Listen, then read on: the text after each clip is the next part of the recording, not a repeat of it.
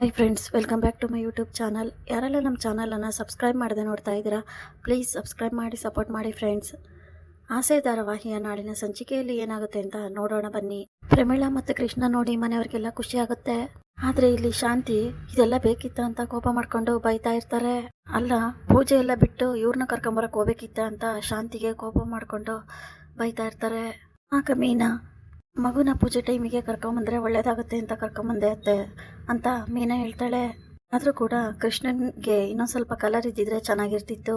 ಯಾಕೋ ಈ ಹುಡುಗ ಕೃಷ್ಣನ್ ವೇಷಕ್ಕೆ ಊಟ ಆಗ್ತಾ ಇಲ್ಲ ಅಂತ ಮನೋಜ್ ಹೇಳ್ದಾಗ, ಹಾಗಾದ್ರೆ ಒಂದು ಕೆಲಸ ಮಾಡಿ, ನೀವು ಚೆನ್ನಾಗಿದ್ದೀರಲ್ವಾ, ನೀವೇ ಕೃಷ್ಣನ್ ವೇಷ ಹಾಕೊಂಡು ಕೂತ್ಕೋಬಿಡಿ ಅಂತ ಪೂಜೆ ಹೇಳ್ತಾಳೆ. ಏನೋ ತಮಾಷೆ ಮಾಡ್ತಿದ್ದೀರಾ, ನಾನು ಕೂತ್ಕೊಳಕ್ಕಾಗುತ್ತಾ ಅಂತ ಮನೋಜ ಹೇಳ್ತಾನೆ.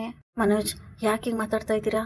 ಆ ಹುಡುಗ ಚೆನ್ನಾಗೇ ಇದ್ದಾನೆ, ನೀವೊಂದು ಸ್ವಲ್ಪ ಸುಮ್ಮನೆ ಇರಿ, ಆ ಹುಡುಗ ತುಂಬ ಚೆನ್ನಾಗಿ ತುಂಬ ಮುದ್ದಾಗಿ ಕಾಣಿಸ್ತಾ ಇದ್ದಾನೆ ಅಂತ ರೋಹಿಣಿ ಹೇಳ್ತಾಳೆ. ಈ ಕಡೆ ಮೀನಾ ಪೂಜೆ ಎಲ್ಲ ಮಾಡಿದ ತಕ್ಷಣನೇ ಕೃಷ್ ಕೈಯಿಂದಾನೆ ಎಲ್ಲರಿಗೂ ಪ್ರಸಾದ ಕೊಡ್ಸೋಣ ಅಂತ ಹೇಳಿ ಸೂರ್ಯ ಹೇಳಿದಾಗ, ನಾನು ಅದನ್ನ ಯೋಚನೆ ಮಾಡ್ತಿದ್ದೀರಿ, ಕೃಷ್ ಕೈಯಲ್ಲೇ ಎಲ್ಲರಿಗೂ ಪ್ರಸಾದ ಕೊಡ್ಸೋಣ ಅಂತ ಮೀನಾ ಹೇಳಿದಾಗ, ಹಾಗೆ ಆಗಲಿ ಅಂತ ಹೇಳಿ ಕೃಷ್ ಕೈಯಲ್ಲೇ ಮನೆಯವರಿಗೆಲ್ಲರಿಗೂ ಪ್ರಸಾದ ಕೊಡ್ತಾ ಇರಬೇಕಾದ್ರೆ ಆಗ ರೋಹಿಣಿ ತುಂಬ ಖುಷಿಯಾಗಿ ಕೃಷ್ಣ ತಪ್ಕೊಂಡು, ತುಂಬ ಚೆನ್ನಾಗಿ ಕಾಣ್ತಾ ಇದೆಯಾ ಕೃಷ್ ಅಂತ ಕೃಷ್ ಜೊತೆ ಮಾತಾಡ್ತಾ ಇರ್ತಾಳೆ.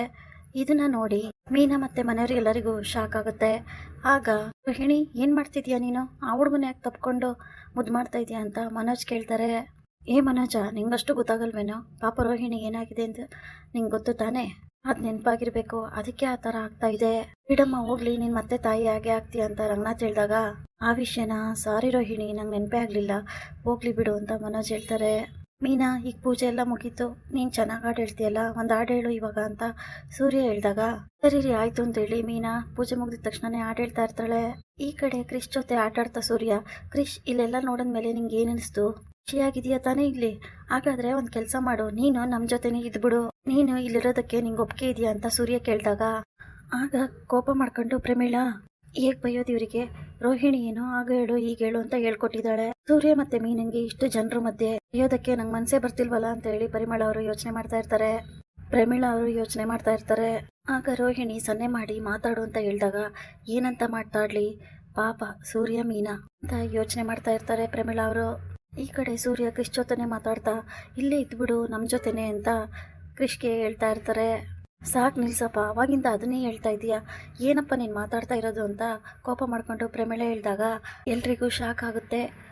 ಆಗ ಎದ್ದೇಳು ಮೇಲೆ ಕ್ರಿಶ್, ಯಾಕಮ್ಮ ಏನಾಯ್ತು, ಆರಾಮಾಗಿ ಕೂತ್ಕೊಳ್ಳಿ, ಪೂಜೆ ನಡೀತಾ ಇದೆ ಅಂತ ಹೇಳಿದಾಗ, ನಿಲ್ಸಪ್ಪ ನೀನು ಏನೇನೋ ಸುಮ್ಮನೆ ಮಾತಾಡಬೇಡ, ಏನು ಅನ್ಕೊಂಡಿದ್ಯಾ ನೀನು ಅಂತ ರೋಹಿಣಿ ತಾಯಿ ಹೇಳಿದಾಗ, ಯಾಕಮ್ಮ ಏನಾಯ್ತು, ಯಾಕೆ ಇಷ್ಟೊಂದು ಕೋಪ ಮಾಡ್ಕೊಂಡಿದ್ದೀರಂತ ಸೂರ್ಯ ಮತ್ತೆ ಮೀನಾ ಕೇಳ್ತಾರೆ.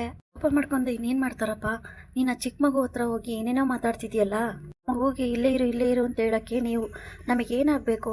ನಾವು ಅಷ್ಟಕ್ಕೂ 2-3 ಸರಿ ನಿಮ್ಮನ್ನ ಭೇಟಿ ಮಾಡಿದ್ದೀವಿ ಅಷ್ಟೇ, ನೀವು ಕೂಡ ನಮ್ಮ ಮನೆಗೆ ಬಂದಿದ್ದೀರಾ, ನಾನು ಕೂಡ ನಿಮ್ಮ ಮನೆಗೆ ಬಂದಿದ್ದೀನಿ, ಹಾಗಂದಿದ ತಕ್ಷಣ ಮಗುನ ಕೊಡೋಕ್ಕಾಗುತ್ತಾ? ಏನು ಮಾತಾಡ್ತಿದ್ಯಾ ನೀನು, ಸ್ವಲ್ಪ ಬುದ್ಧಿ ಇಟ್ಕೊಂಡು ಮಾತಾಡು ಅಂತ ಕೋಪ ಮಾಡ್ಕೊಂಡು ಪ್ರಮೀಳಾ ಬೈತಾರೆ. ಏನಮ್ಮ ಆಯಿತು, ಯಾಕಿಷ್ಟು ಕೋಪ ಮಾಡ್ಕೊಂಡು ಮಾತಾಡ್ತಿದ್ದೀರಾ? ಸೂರ್ಯ ಅಂಥದ್ದು ಏನು ಕೇಳ್ದ? ನಾವು ಇದ್ರ ಬಗ್ಗೆ ಮುಂಚೆನೆ ಮನೆಗೆ ಬಂದು ಮಾತಾಡಿದ್ವಿ ಅಲ್ವಾ, ಅವಾಗ ನೀವೇನು ಮಾತಾಡಿರ್ಲಿಲ್ಲ, ಅದಕ್ಕೆ ನೀವು ಒಪ್ಕೊಂಡಿದ್ದೀರಾ ಅಂತ ಅನ್ಕೊಂಡಿದ್ವಿ.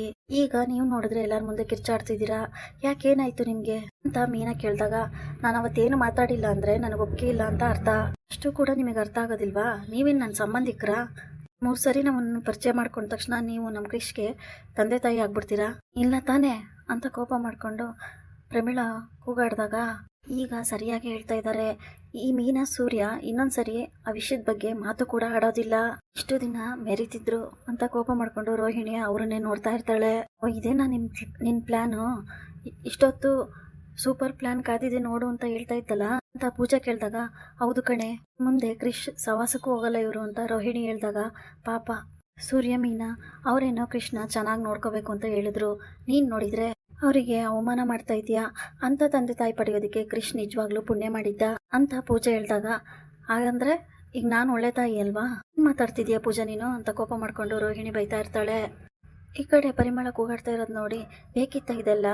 ಮನೆಯಲ್ಲಿ ಪೂಜೆ ನಡೀತಾ ಇದೆ, ಯಾರೋ ಒಬ್ರು ಗುರ್ತು ಪರಿಚಯ ಇಲ್ದವ್ರು ಬಂದು ಮನೆಗೆ ಈ ಥರ ಕೂಗಾಡಿದ್ರೆ ಇದರಿಂದ ಮನೆಗೆ ತೊಂದರೆ ಆಗಲ್ವಾ? ಎಲ್ಲ ಈ ಸೂರ್ಯ ಮೀನಿನಿಂದನೇ, ಇವರಿಬ್ಬರಿಗೂ ಸರಿಯಾಗಿ ಅವಮಾನ ಆಯಿತು ಅಂತ ಎಲ್ಲರೂ ಮುಂದೆ ಖುಷಿಯಿಂದ ಶಾಂತಿ ಹೇಳ್ತಾ ಇರ್ತಾರೆ. ಪ್ರಮೀಳಾ ಅವ್ರ ಹತ್ರ, ಅಲ್ಲಮ್ಮ ಇವ್ರ ತಾಯಿ ಹೊರದೇಶದಲ್ಲಿದ್ದಾರೆ, ಇವನನ್ನ ನೋಡ್ಕೊಳ್ಳೋಕ್ಕೂ ಬರ್ತಾ ಇಲ್ವಲ್ಲ, ಅದಕ್ಕೆ ಅಮ್ಮ ನಾವು ಹೇಳಿದ್ದು, ತಂದೆ ತಾಯಿ ಇರೋದು ಮಗುಗೆ ತುಂಬಾನೇ ಮುಖ್ಯ ಅಲ್ವಾ ಅಮ್ಮ ಅಂತ ಮೀನೇ ಹೇಳಿದಾಗ, ಇರ್ಬೋದು ಹಾಗಂತ ತಾಯಿನೇ ಇಲ್ಲ ಅಂತ ಏನಲ್ವಲ್ಲ, ತಾಯಿ ಇದ್ಕೊಂಡು ನಿಮ್ಮ ಹತ್ರ ಬೆಳೆಸೋದಕ್ಕೆ ನಾನೇ ಕಳಿಸ್ಬೇಕು, ಇನ್ನು ನಾನು ಬದುಕಿದ್ದೀನಿ ಅಂತ ಪ್ರಮೀಳಾ ಹೇಳಿದಾಗ, ಅಲ್ಲಮ್ಮ ಅವ್ರು ಬರ್ತಾ ಇಲ್ವಲ್ಲ, ಹೀಗೆ ಕ್ರಿಶ್ ಬಗ್ಗೆ ಒಂಚೂರು ಕಾಳಜಿನೂ ಇಲ್ಲ ಅಂತ ಮೀನಾ ಹೇಳ್ತಾಳೆ. ಅದೇನಾರು ಇರ್ಲಿ, ಅದನ್ನೆಲ್ಲ ಕೇಳಕ್ ನೀವ್ ಯಾರ್ರಿ ಅಂತ ಪ್ರಮೀಳಾ ಕೋಪ ಮಾಡ್ಕೊಂಡು ಮೀನಂಗ್ ಬೈತಾರೆ. ಆಗ ಸೂರ್ಯ ಮೀನಂಗ್ ಇಬ್ರಿಗೂ ತುಂಬಾ ಬೇಜಾರಾಗುತ್ತೆ. ದಯವಿಟ್ಟು ಕ್ಷಮಿಸಿ ಅಮ್ಮ, ಈ ವಿಷಯ ನಿಮ್ಮ ಮನಸ್ಸಿಗೆ ಇಷ್ಟೊಂದು ಬೇಜಾರು ಮಾಡುತ್ತೆ ಅಂತ ನಮ್ಗೆ ಗೊತ್ತಿರಲಿಲ್ಲ. ಆದ್ರೆ ಎಲ್ಲರ ಮುಂದೆ ಇದ್ರ ಬಗ್ಗೆ ಮಾತಾಡೋ ಅವಶ್ಯಕತೆ ಇರಲಿಲ್ಲ ಅನ್ಸುತ್ತೆ. ಆದ್ರೆ ನೀವು ಯಾಕೆ ಇಷ್ಟು ಕೋಪ ಮಾಡ್ಕೊತಾ ಇದ್ದೀರಾ? ಹೋಗ್ಲಿ ಬಿಡಿ, ಆರಾಮಾಗಿರಿ, ಸಮಾಧಾನ ಮಾಡ್ಕೊಳ್ಳಿ ಅಂತ ಪ್ರಮೀಳನ ಸಮಾಧಾನ ಮಾಡ್ತಾಳೆ ಮೀನಾ. ಕ್ರಿಶ್ ಅಂದ್ರೆ ನಮ್ಮ ಅತ್ತಿಗೆ ಮತ್ತೆ ಸೂರ್ಯನ್ಗೆ ತುಂಬಾನೇ ಇಷ್ಟ. ಅದಕ್ಕೋಸ್ಕರ ಕೇಳಿದ್ದಾರೆ, ನೀವು ತಪ್ಪು ತಿಳ್ಕೊಬೇಡಿ ಅಂತ ರವಿ ಹೇಳಿದಾಗ, ನೀವ್ನು ಅಂಗಡಿಲಿ ಸಿಗುವಂತ ಗೊಂಬೆ ಅಂತ ಅನ್ಕೊಂಡಿದ್ದೀರಾ? ನೋಡಿದ ತಕ್ಷಣ ಇಷ್ಟ ಆಗೋದಕ್ಕೆ ಕೇಳೋದಕ್ಕೆ, ಅದಕ್ಕೂ ಇತಿಮಿತಿ ಬೇಡವಾ ಅಂತ ಪ್ರಮೀಳಾ ಹೇಳಿದಾಗ, ಆಯ್ತು ನೀವು ಸಮಾಧಾನ ಮಾಡ್ಕೊಳ್ಳಿ, ಎಲ್ಲರೂ ಜನ ಇದಾರೆ, ಅವ್ರ ಮುಂದೆ ಮಾತಾಡಿದ್ರೆ ಸರಿ ಇರಲ್ಲ, ಹೋಗ್ಲಿ ಬಿಡಿ ಅಂತ ರಂಗನಾಥ್ ಹೇಳಿದಾಗ, ನೋಡಿ ಅಣ್ಣ, ನಾನು ಎಲ್ಲರಿಗೂ ಗೌರವ ಕೊಡ್ತಾ ಇದ್ದೀನಿ. ಇವ್ರು ಇದ್ರ ಬಗ್ಗೆ ಮಾತಾಡ್ದಾಗ್ಲೂ ನಾನೇನು ಮಾತಾಡಿಲ್ಲ ಅಂದ್ರೆ ಅದು ಕೃಷ್ಣ ಕಳ್ಸೋದಕ್ಕೆ ಒಪ್ಕೊಂಡಿದ್ದೀನಿ ಅಂತಲ್ಲ. ಆದ್ರೆ ಇವ್ರು ನೋಡಿದ್ರೆ ತಪ್ಪು ತಿಳ್ಕೊಂಡು ಏನೇನೋ ಮಾತಾಡ್ತಿದ್ದಾರೆ. ಎಷ್ಟು ಸರಿ ಅಂತ ನಾನು ಹೋಗ್ಲಿ ಅಂತ ಸುಮ್ಮನೆ ಇರೋದು, ಬೇಡ ಮಾತಾಡೋದು ಅಂತ ಸುಮ್ಮನೆ ಇದ್ದೆ. ಆದ್ರೆ ಇವತ್ತು ಇವರು ಜಾಸ್ತಿ ಮಾಡ್ಕೊಂತಿದ್ದಾರೆ. ಅದಕ್ಕೆ ಇವತ್ತು ಎಲ್ಲರ ಮುಂದೆ ಮಾತಾಡ್ತಾ ಇದ್ದೀನಿ. ನಾನು ಯಾವುದೇ ಕಾರಣಕ್ಕೂ ನನ್ನ ಕಳ್ಸೋದಕ್ಕೆ ನಾನು ತಯಾರಿಲ್ಲ. ಹಾಗೆ ಈ ಸೂರ್ಯ ಮೀನಾ ನನ್ನ ಹತ್ರ ಮಾತಾಡೋದು ಬೇಡ, ನಮ್ಮ ಮನೆ ಹತ್ರ ಬರೋದು ಬೇಡ ಅಂತ ಪ್ರಮೀಳಾ ಕೂಗಾಡ್ದಾಗ, ಸೂರ್ಯ ಮತ್ತೆ ಮೀನಂಗಿಬ್ರಿಗೂ ಶಾಕ್ ಆಗುತ್ತೆ. ನೀವ್ ಯಾಕೆ ಈ ತರ ಮಾತಾಡ್ತಿದ್ದೀರಾ? ನಂಗೆ ನಿಜವಾಗ್ಲೂ ಗೊತ್ತಾಗ್ತಾ ಇಲ್ಲ. ದಿನದಿಂದ ನಿಮ್ಮನ್ನ ನೋಡ್ತಾ ಇದ್ದೀನಿ, ನೀವ್ ಈ ತರ ಮಾತಾಡೋದಕ್ಕೆ ಸಾಧ್ಯನೇ ಇಲ್ಲ. ನಿಜ ಹೇಳಿ, ನಿಮ್ ಮಗಳೇನಾದ್ರೂ ನಿಮಗೆ ಈ ತರ ಮಾತಾಡಿ ಅಂತ ಹೇಳ್ಕೊಟ್ಟಿದಾರಾ ಅಂತ ಮೀನಾ ಕೇಳ್ತಾಳೆ. ಆಗ ರೋಹಿಣಿ ತಾಯಿ ಟೆನ್ಷನ್ ಮಾಡ್ಕೊಂತಾರೆ. ಏನಮ್ಮ ನೀನ್ ಮಾತಾಡ್ತಾ ಇರೋದು? ನನ್ನ ಮಗಳ ಯಾಕೆ ಇದನ್ನೆಲ್ಲ ಹೇಳ್ಕೊಡ್ಬೇಕು? ನನ್ಗೇನ್ ಬಾಯಿ ಇಲ್ವಾ? ದೇವ್ರು ಬಾಯಿ ಕೊಟ್ಟಿದ್ದಾನೆ, ನಾನೇ ಮಾತಾಡ್ತಿರೋದು. ನೋಡಿ, ನೀವು ಮಾತಾಡ್ತಿರೋದು ನಂಗೆ ಸ್ವಲ್ಪನೂ ಇಷ್ಟ ಆಗ್ತಾ ಇಲ್ಲ. ಅದಕ್ಕೆ ಇದನ್ನೆಲ್ಲ ಹೇಳ್ತಾ ಇದ್ದೀನಿ. ಇನ್ ಮುಂದೆ ನಮ್ಮ ಮನೆ ಹತ್ರ ಬರೋದು, ಹಾಗೇನೆ ಕ್ರಿಶ್ ಜೊತೆ ಮಾತಾಡೋದು, ಇದನ್ನೆಲ್ಲ ಮಾಡ್ಬೇಡಿ. ನನಗೆ ನೀವು ಈ ತರ ಮಾಡೋದು ಇಷ್ಟ ಆಗ್ತಾ ಇಲ್ಲ. ನಾವು ಹಾಗೇನೆ ಬೇರೆ ದೇಶಕ್ಕೆ ಹೋಗ್ತಾ ಇದೀವಿ, ಮಗಳಿರೋ ಜಾಗಕ್ಕೆ ಹೋಗ್ತಾ ಇದೀವಿ ಅಂತ ಪ್ರಮೀಳಾ ಹೇಳಿದಾಗ, ಎಲ್ಲ ನಿಜ, ನಂಗಂತೂ ನಂಬಕ್ಕಾಗ್ತಾ ಇಲ್ಲ. ಇವರು ಈಗೆಲ್ಲ ಮಾತಾಡಕ್ ಸಾಧ್ಯನೇ ಇಲ್ಲ. ಇದ್ರ ಹಿಂದೆ ಬೇರೆ ಏನೋ ಇದೆ ಮೀನಾ ಅಂದಾಗ, ಹೌದೌದು ಬೇರೆ ಏನೋ ಇದೆ. ಒಟ್ನಲ್ಲಿ ಮನೆಯವರೆಲ್ಲರಿಗೂ ಅವಮಾನ ಆಯ್ತಲ್ಲ. ಶಾಂತಿ ಸೂರ್ಯ ಮೀನಂಗ್ ಬೈತಾ ಇರ್ತಾರೆ. ಹಬ್ಬ ಸದ್ಯ ನನ್ನ ಪ್ಲಾನು ಸಕ್ಸಸ್ ಆಯ್ತು. ಇನ್ನು ಇವರು ಸೂರ್ಯ ಮೀನಾ ಕ್ರಿಶ್ ಬಗ್ಗೆ ಯಾವ ಮಾತು ತೆಗಿಯೋದಿಲ್ಲ, ಅವನ ಬಗ್ಗೆ ಕೂಡ ಯೋಚನೆನೂ ಮಾಡೋದಿಲ್ಲ. ಇವರಿಬ್ಬರಿಗೂ ಸರಿಯಾಗಿದೆ ಅಂತ ರೋಹಿಣಿ ತುಂಬಾ ಖುಷಿ ಪಡ್ತಾ ಇರ್ತಾಳೆ. ಇಲ್ಲಿಗೆ ಈ ಸಂಚಿಕೆ ಮುಕ್ತಾಯವಾಗುತ್ತದೆ. Thanks for watching.